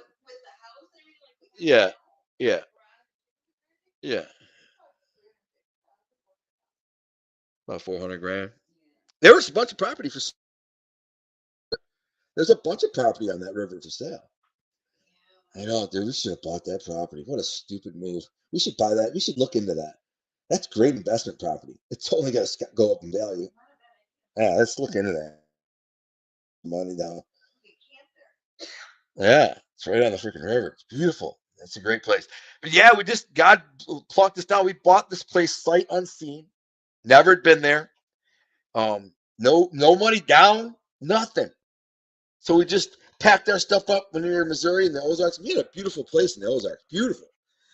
On 40 acres on top of a mountain, log cabin with a casino ceiling. It was beautiful, man. I loved it. And a trout river ran through the property, by the way. And below the mountain, the trout river came through our property. And that same river, I caught a 22-inch rainbow trout. But it was 95 degrees for 6 months. But there were tarantulas. But the bugs were just crazy. I mean, it sounds like you're in a jungle. For 6 months, it sounds like you're living in a jungle. Super creepy, man. It's like, it never stops. And then it gets cold in the winter, though. So it's not even that nice. You'd think it'd be nice during the winter because it's so hot in the summer. But no, around about November, December, it gets cold. And then the average temperature is like 40, 45 degrees, sometimes 30s and 20s. I mean, and it gets snow and ice. It wasn't that great. Anyway, so we bought this place, sight unseen, 20 acres. Most of the acreage is wooded, I would say. It's probably 17 acres that are wooded, maybe 15, 16. It's beautiful, though. But the way it's set up, is so perfect for deer hunting because my neighbor on this side doesn't hunt at all, and they have a select cut, and some of their property is really good bedding, really good. And then my other neighbor who just hunts rifle season, he's just an old guy, goes out in his little blind and shoots a deer in the head, doe, he doesn't care.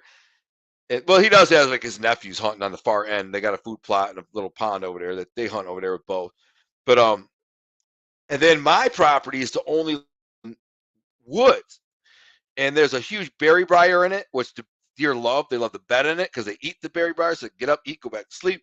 And there's like this grassy area that's perfect for bedding. There's like some cedar trees and pines, and then there's like this hill that runs through it, and then it's like this grassy hill that runs through it. It's just perfect, man. It's like somebody designed it for deer hunting. Somebody put a tree stand, a ground blind in back there years ago, and it's still there. I hunted in it last year, and it's in a really good spot. And like they knew what they were doing. They like I want to think they designed the property for deer hunting because I thought I saw 25 deer the first time I hunted in that ground blind, a ground blind.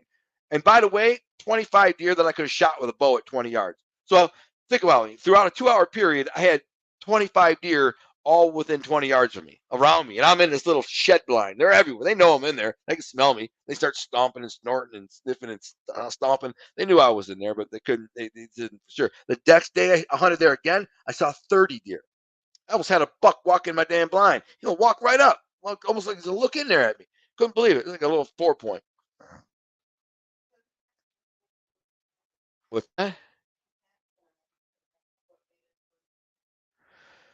why did we go to Missouri? Because we got sick of the cold. We had lived up here for 3 years, and it's a good question. But I mean, it was cold, it was freezing, and I enjoyed snowmobiling, but the winters are grueling, man. There's just some bad winters, just like long, brutal, grueling winters. Snowmobiling's fun, but you kind of can get old. It's very expensive.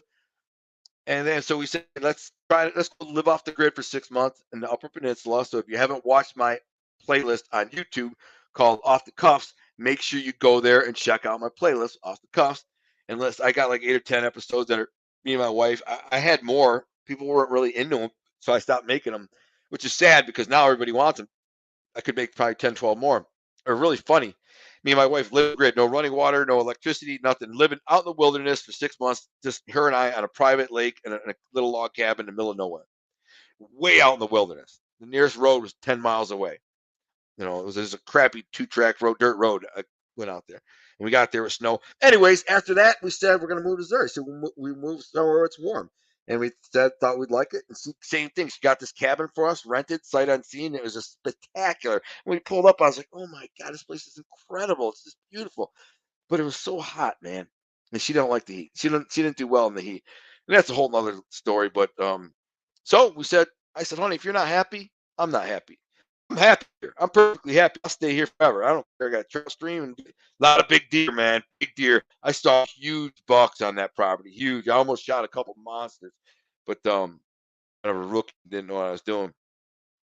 But if she wasn't happy, I said, then if you're not happy, I'm not happy. Let's move. Where do you want to go? She's like, I want to go back to where we were.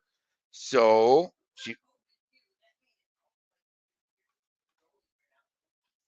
COVID had just kind of launched at the time, but Mob Tube is blowing up. Not really, man. Not really. Let's see what'd you say? Where the hell do you shop for food out there when there's nothing? LMAO. Oh, there's a Myers about 30 minutes from us. So she goes into town about once a week, goes into town, buys groceries and things that we need. She buys mostly everything on Amazon. And when I mean everything, I mean, literally, she buys mostly everything that is on Amazon. Everything. I got a family member on the border of Connecticut and Mass who has 600 acres he bought for under 100 grand in the late 40s. Then he married into another 400 in mid 50s. Gorgeous property, deer everywhere. Yeah, and he's a millionaire now. So because that's 1,000 acres out there is worth millions of dollars, millions. So that's cool. Good for him. God bless him.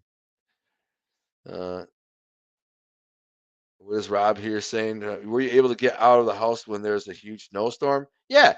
Oh man, I got a Jeep Commander. So yeah, up here everybody's got a big pickup truck or so. I got a Jeep Commander that's got a lift, and with Rubicon rims and tires and stuff. There has never been a amount of snow ever up here that I couldn't literally start my car, put it in drive, and just go. I just all wheel all the time. It could be 2 feet of snow. My car goes blowing through it. I got videos I posted on Facebook where we had like, I don't know, 15 inches of snow. And I said, I'm going to the gym. They hadn't even plowed our road because they were still working on the main roads. And I just backed out of my garage and just drove. And that there was so much snow that time that I couldn't even drive the snowmobile. The snowmobiles wouldn't go. The snow was coming over the top of the snowmobile. You know, a snowmobile. I tried to go for a ride on a snowmobile and it was bogging out. The snow's piling over the top. I told my wife, get in the Jeep. She's like, what? I'm like, get in the Jeep. We're going for a ride. Said, what, are you crazy? I said, get in the ride. So I threw her in my Jeep and we drove like 10 miles down the snowmobile trail out in the woods in my Jeep, just barreling through freaking 2 feet of snow. So we're good. And my neighbor plows my snow. He's a cool old man. And my other neighbor who lives across the street from me before, they plow it. They got plows and he's got a tractor and he's 1 or 2 sweeps down the driveway, clean. But worst case scenario is my car, I can back out of my driveway, by the way, is 100 yards long. It's 100 yards, so at least. And so I could drive down it in my car and then kind of clear the tracks for her car. Her car doesn't do great in the snow, but it does okay. You know, it does fine. We're fine. We're good all the time. Yes, I use a scope. Scotch Wrangler. Yes, I use a scope. Of course. Yeah, I've got one bad eye, so I definitely use a scope. I'm not. I used to be a really good shot, really good with my 22 and everything. Just a really. I was in an NRA rifle team when I was a kid. I was like blew everybody away and run a bunch of medals and patches and crap. But now, because part of my eye died when I was in prison, I had to get those series like 25 injections, and so my eye. This side sees so this eye sees everything like 30% smaller than this side. When you open both, it makes one clear picture that seems normal.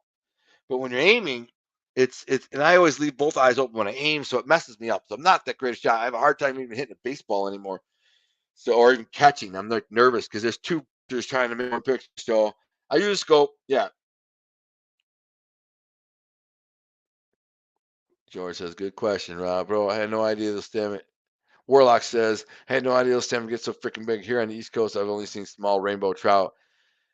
Yeah, the king salmon get to be monsters, man. Yeah, Tommy says I got a 99 Forester with 57. That's a nice. I don't know if it's only got 57,000 miles. What is the Forester? Is that a Subaru? Oh yeah, that car's still great. That car is freaking 24 years easy.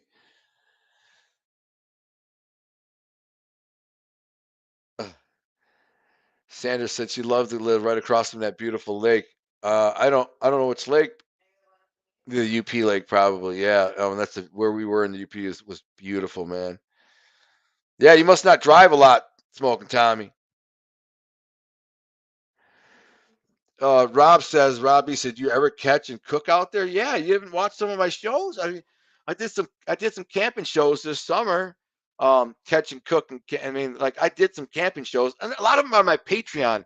So that's another thing, guys. If you want to see more like the hunting, fishing, outdoor adventures, camping, stuff like that, check out my Patreon because I put some like extensive videos from camping and fishing and stuff where people ask me, they're like, catch a trout, cook it, clean it, cook it by the fire, and I did that. I did a bunch of everything. I have the whole process of me trout fishing from the moment I start to get ready. I could wake up in the morning, camp, coffee, do what I got to do. Then getting ready to go out on the stream is a lot of work. You got to get your waders on. You have to have your bait. You have to have your tackle. You have to have water. You have to have bug repellent. You have to have everything just right. You have to have your wading boots on. You have to have a rod, maybe a second rod if you're going to flip jigs and spin it. I mean, it's like a 20-minute long process just to get ready to hit the stream, and then you drive 20 miles into the wilderness, and then park, and then crash through the woods a couple miles, and then crash down these little tiny brooks and creeks and streams that are all these trees and logs that have grown over them, and you're climbing through it, spiders all over the place. It's one of the most grueling things you could ever imagine, and yet I find joy in it. It's the average human being. The last time I was out there on the river, I literally said to myself, I said the average human being would think this is torture. What I'm doing, they're like, if you wanted to torture somebody, you like follow Gunner through this stuff all day long. And they're like, this is brutal. It's like a waterboarding or something. It's horrible. Mosquitoes and the spiders and yet there I am loving it every second of it. When it's all worth it. When you see that little, that rift in the current right there where there's a little hole, that tree, a little branch went down in the water, a log, right? And a current cut under it, and that washed a little deep spot under that branch. So I know there's a trout there. If I make the perfect cast, I'll get a trout. Could be a big one. Make the perfect cast, let the line out, and all of a sudden you feel like, you're like, oh hell! And you wait, and you wait, and you wait, and you wait, and you wait. Close the bell, and you got them. Bang! It's so exciting. It's the greatest feeling ever. Just like the salmon when you hook them one of those giants. It's an incredible feeling. What's Kenna saying? Not worth it. What is? Oh, it's not worth it. Yeah, it is when you eat them. My wife says they're that good. It is worth it if you enjoy the setting. That's the thing. It's the ambiance. It's the worth it to me. It's something I know as at my age and getting older. I know that what I do in that particular arena won't last much longer. I know a day's going to come when I'm a fractured ankle or blow a knee out or something, climbing over a log or stump or slipping a rock and fall. And I've had so many close calls. The only way I'm able to still do what I do is because I'm in shape. I work out. If I didn't do that, I'd be a mess. I'd be a mess. So I wouldn't be able to do it. So I know a day's going to come where I won't be able to do it anymore. So in the meantime, I'm going to keep doing it until I can, because being out there in the wilderness, I'm talking deep, remote wilderness. I'm talking bears, wolves, mountain lion wilderness, where you're out there for 12 hours and won't hear the sound of man. Not an airplane flying over, not a freaking car, nothing. You might hear a coyote, yip, or a bear or something, but you ain't. That's it. And then that is, to me, primal, and it's where I'm at peace and where I'm with God and what I truly enjoy. So it's worth it to me, just for that little tiny bit. Because the fish only average about 6-7 inches. The average brook trout is probably 6 inches. You know, you know. Hi, my name is Matthew. I'm 12 and I'm going to my first homecoming parade. Any advice for girls this year? Good vibes, Matthew. I like you. Oh, okay. I got some great advice for you, Matthew. Let me think on this for a second. Back that you're asking, you're ahead of the game. So going to your first homecoming parade. I want to tell you a quick homecoming parade story, though. I got to tell you a quick story. This is a good one, you guys. Did you know about the time that we did the Cadzilla? Oh, dude, this is funny. My friend Rob Maher bought this Cadillac as a joke, $300. A giant, huge Fleetwood, huge, right? So he spray painted it black. We cut the roof off with a grinder. I did. Well, he said, I want to make this thing a convertible. So I went to my boy Mario's garage. We're all sitting there high at Mario's house. I went and got this grinder and started grinding it. And they all look out the windows, like 10 guys. They're inside. Everybody's hanging out, smoking weed. And like, this is when Nintendo first came out. So they were just first playing Nintendo. And I'm out there sawing this freaking thing off there. And they're like, what the frick are you doing, Al? I said, man, you said you want a convertible? They start laughing, so they come out and start helping me. So we're hacking this thing off. We got a sawzall and a grinder. We cut the top off. So now it's convertible. It's super ghetto. It's ghetto as hell. So then we spray paint it all black and spray paint Cadzilla down the side. On the hood is a skull and crossbones. A skull and crossbones on the hood. And Mario's mother worked in retail or something. I remember finding this like mannequin, like a body, a mannequin body, like to put clothes on it. It was a body, full body. And like we smashed it through the front grill of the Cadillac. So wedged it in there. So it looked like somebody got hit, like a human got splattered on the front of his Cadillac. And it said Cadzilla on the side, and it had a skull and crossbones on the hood. I'm trying to think. As some of these people, I have friends who watch this. They're from my school, like Kathy Ray and things like that. They'll probably remember this. How they can't. If they were there, they'll remember it. So,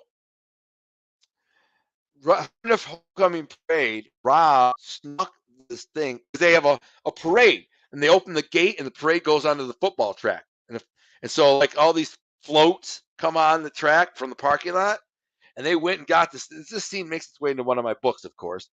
And so he went and got this hoopty ass Cadillac, and we all piled in it. So we're not actually technically part of the parade, but we figured like we're a parade float. So it's halftime during the homecoming football game. So we all are in this freaking big hoopty sawed in half Cadillac that says Cadzilla, Skull and Bones on the and a smashed mannequin. Put a shark's fin on the we made that was my idea. I cut a piece of shark's fin like a piece of plywood, put L brackets and screwed it to the trunk lid. So it's got a big shark's fin, like a tail on the back. And so we all piled in because he had it parked in the student parking lot, and that's where the flight that we all knew at halftime. Then the student parking lot was where all the floats and stuff were, and then the marching band would come out, and then the parade would come with the marching band out. So we all ran. It was like 6 of them, huh? Yeah, you're part of the band. You remember this? I mean, I can't believe. So they drove. We all drove in this black Cadillac around the track with the rest of all the parade, and then they stopped right in front of the frickin'. This is so bad. They stopped right in front of like the bleachers, our home team bleachers, right?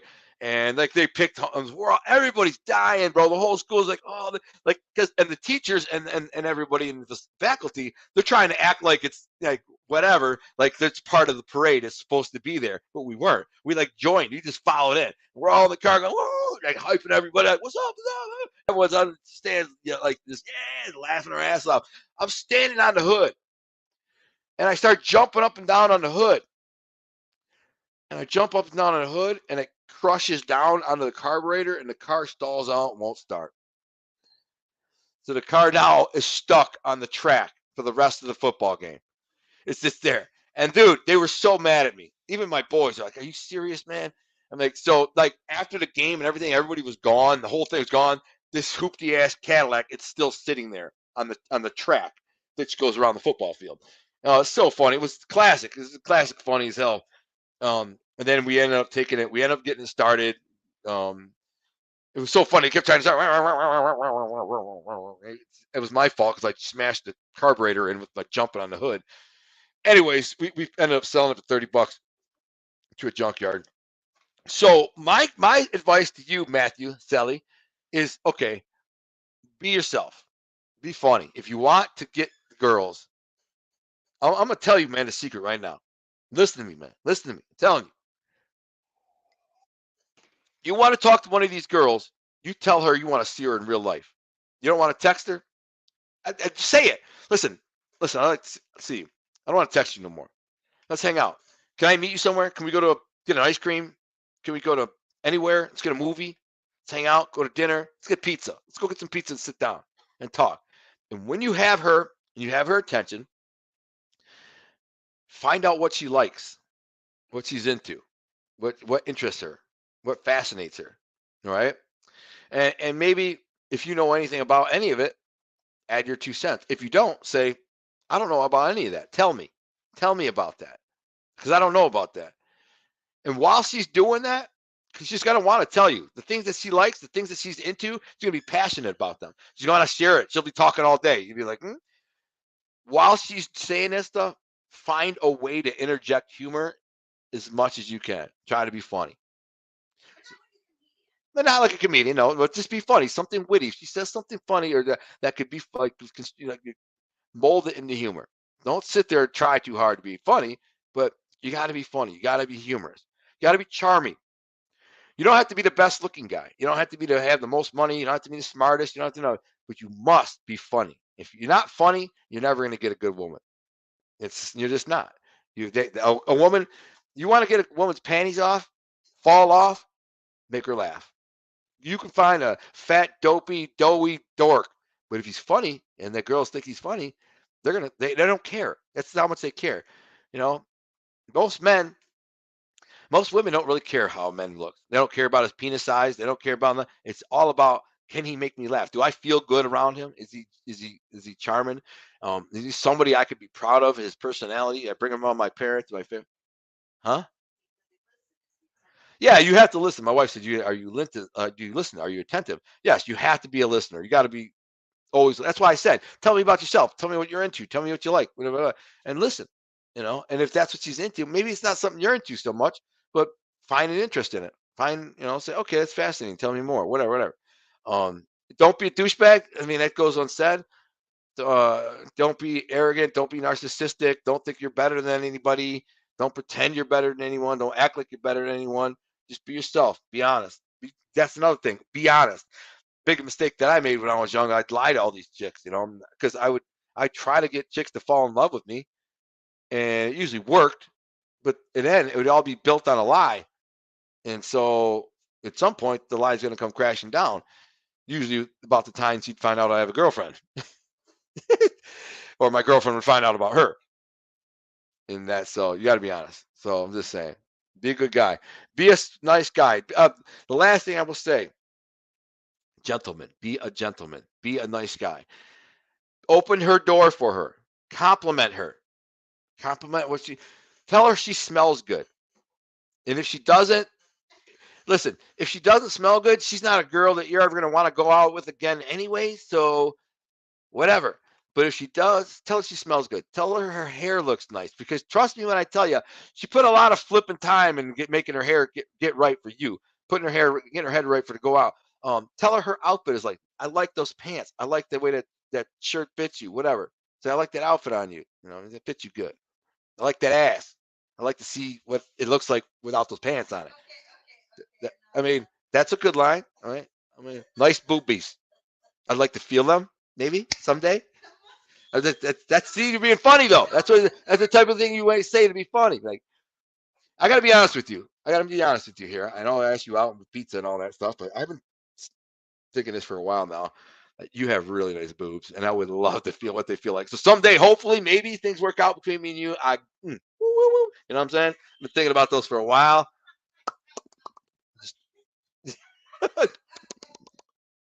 Like to take your boobs. My wife's peeing her pants. Just saying. That's my advice. Tell them you want to taste their boobies.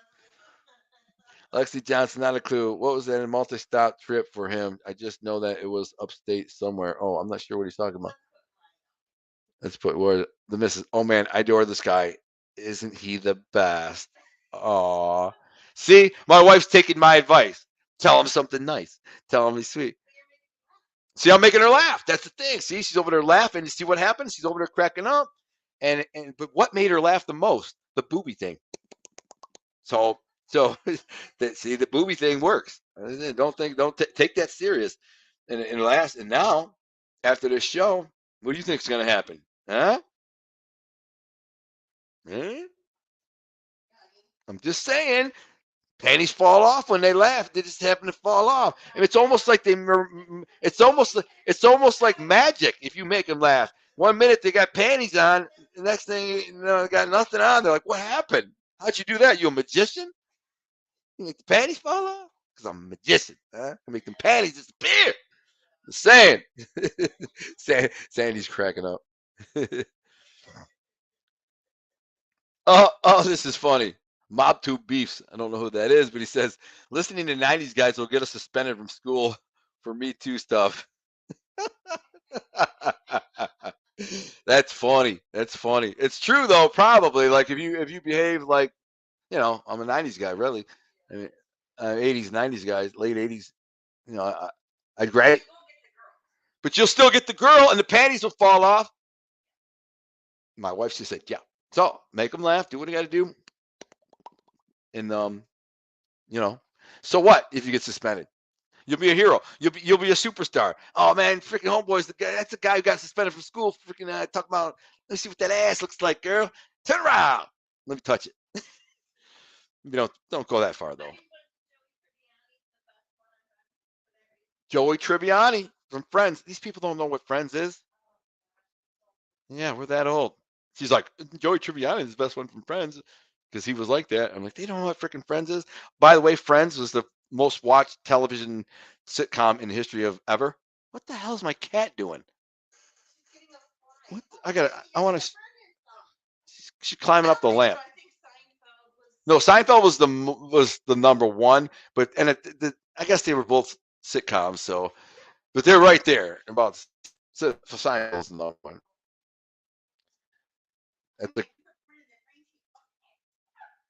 That's a crime now.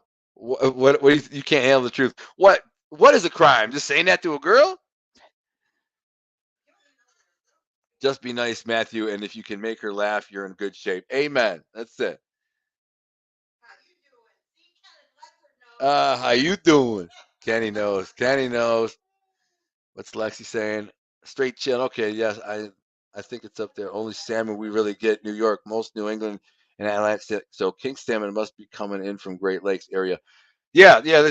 I don't think there's any salmon in Lake Erie or Lake Ontario. I don't know. Maybe, but the water's not really that cold or deep, and they typically like big bodies of deep water, very cold water, where there's a lot of millions and millions and millions of alewives, smelt, and things like that, which I don't think you have Lake Erie in Ontario, so that makes more sense. Atlantic salmon are typically more like trout, so they eat like aquatic bugs and creatures and things like that, where salmon are straight predators. They're just basically like the wolves of the Great Lakes. Well, they only eat other fish, and a lot of them, and they just massacre alewives and smelt. You know, no fish there anywhere. Hi, Missy. Can I say what you just said, honey? Yeah, I'm gonna say it. If you guys know it, does anybody know what the word corrado means? Look up corrado. It's a great word. Have in your lexicon. I'm just saying. Look it up. Who does Larry like for the World Series? I think Larry picked the series for the series already, but we'll find out this Thursday. If you tune back in Thursday at the game plan, we can ask. And he told me, but I can't remember. All right, you guys, I'm gonna start wrapping this up. It's like I have Doug is still on here laughing. No, that's a little too honest. Joe Black, you think? Kenneth Levers, the best advice ever works every time. You like boobies? You can't handle the truth. If she don't smell good, throw her in the tub. Yeah, if she don't smell good, you got to get rid of her. I mean, just like you. If you don't smell good, by the way, Matthew, you don't have no chance. Zero. I don't care what you look like, how much money you got. I guess if you got a bunch of money and you look real good, girls probably look the other way. But if you don't smell good, you're never gonna get laid. So make sure you shower and you use good grooming, and you smell nice, dress nice. And don't wear skinny jeans. That's a bad look. Whoever came up with this whole skinny jean thing is a freaking moron. Most of these guys who wear the skinny jeans, these little skinny legs that are smaller than their women. So you see them walking around, these little skinny goofy, especially these black who got like sagging. They're sagging these MC Hammer pants, and they're like these little skinny things on a little twiggy ass leg. I got big legs, so I could get away with wearing skinny jeans. No, but if I wear jeans like that, they won't look like skinny jeans because I have big legs, big calves. Not calves. Oh, can you see? I'm just saying, I could wear that type of clothes and not look like a freaking dork. But I see these kids wearing these skinny jeans. I'm like, what the frick? Who decided to come up with that freaking? All right, flexing. You're up one already. She's in there with you. She said she likes you already. Yeah, that's true, Sandy.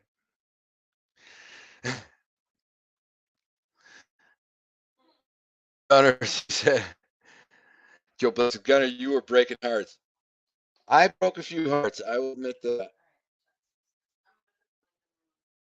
All right, you can't handle the truth. All right, I'm going to wrap this up, you guys. My wife is right. I am hungry. My head is pounding.